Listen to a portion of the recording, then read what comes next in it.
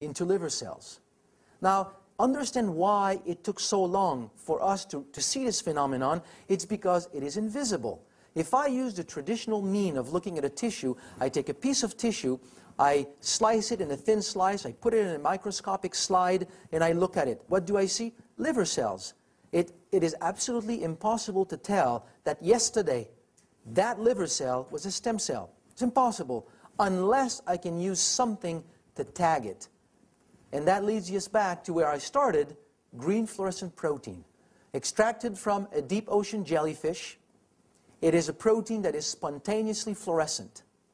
Because it is spontaneously fluorescent and because it's a protein, it's very easy. I mean, I'm making that easy. We're talking that Nobel Prize, 2008 Nobel Prize in Chemistry, was on the span of about 40 years of research.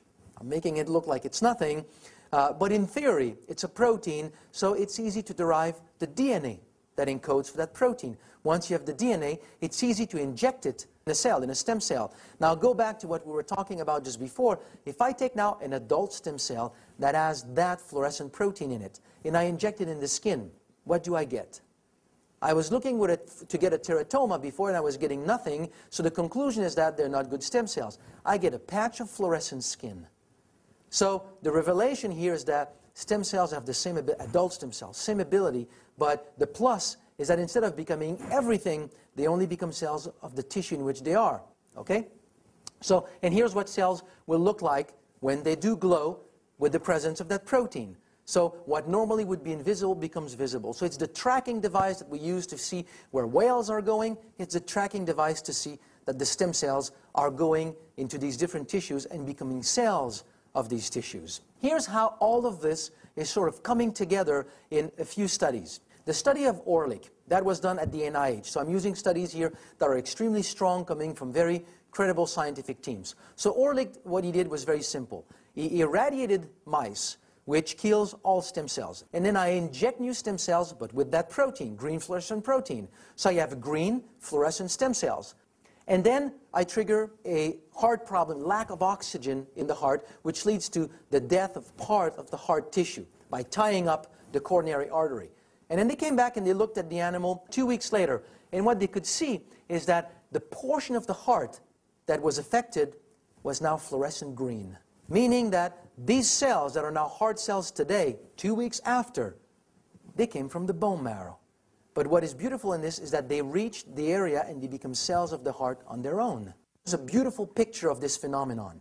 What we show here is the picture of a muscle that was totally destroyed or killed on the first day of the study, and then we add the same protocol here with mice with fluorescent stem cells, and these cells on their own migrated in the muscle, and you can look, the muscle has been totally reconstituted, entirely green.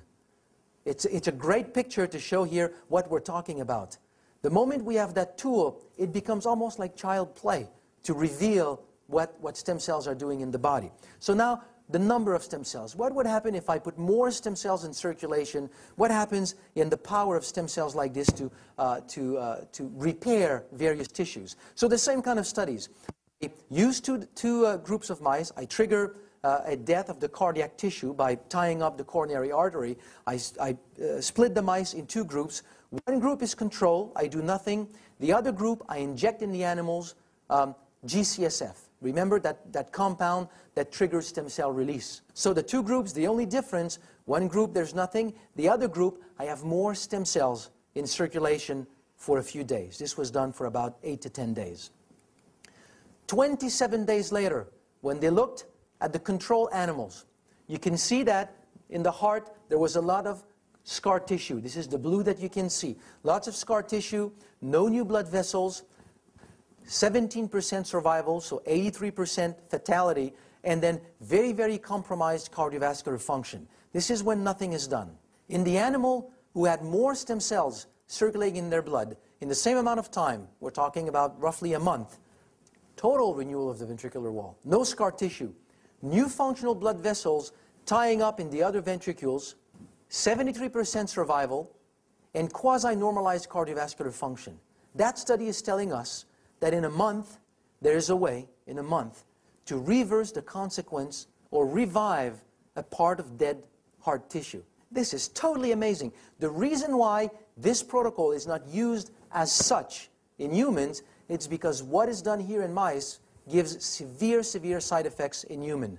If we use GCSF for a little bit more, too long, more than 5-6 days, the consequences are heart attack, stroke, fairly severe side effects. So the idea of telling you, well, to help you from your first kid, but to demonstrate a phenomenon that is very, very interesting. Now, GCSF is a powerful, powerful mobilizer of stem cells, meaning it triggers a vast release, a huge release of stem cells from the bone marrow.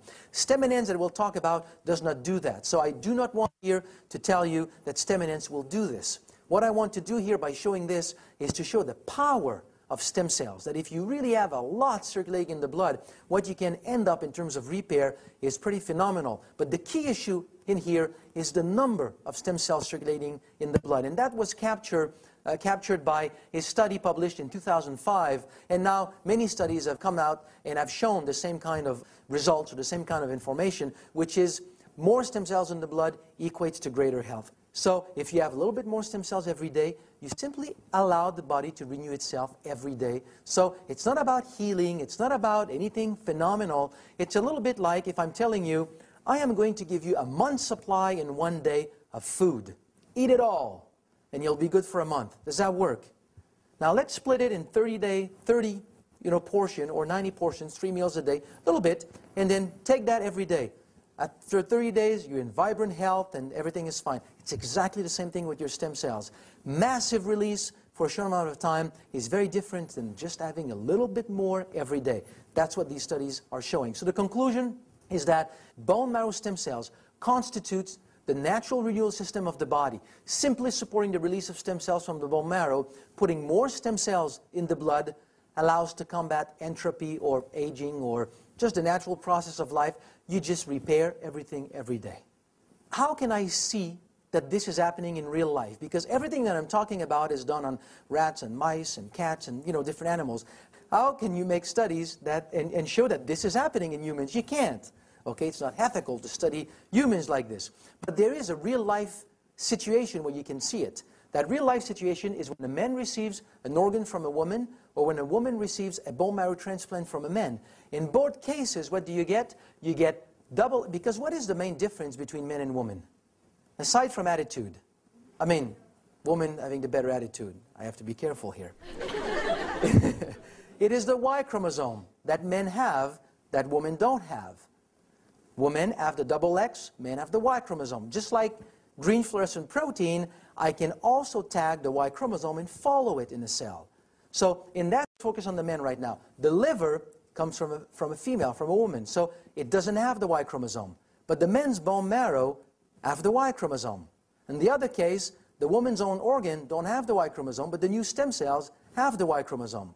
So if this is a true phenomenon, stem cells should leave the bone marrow and go to any organs.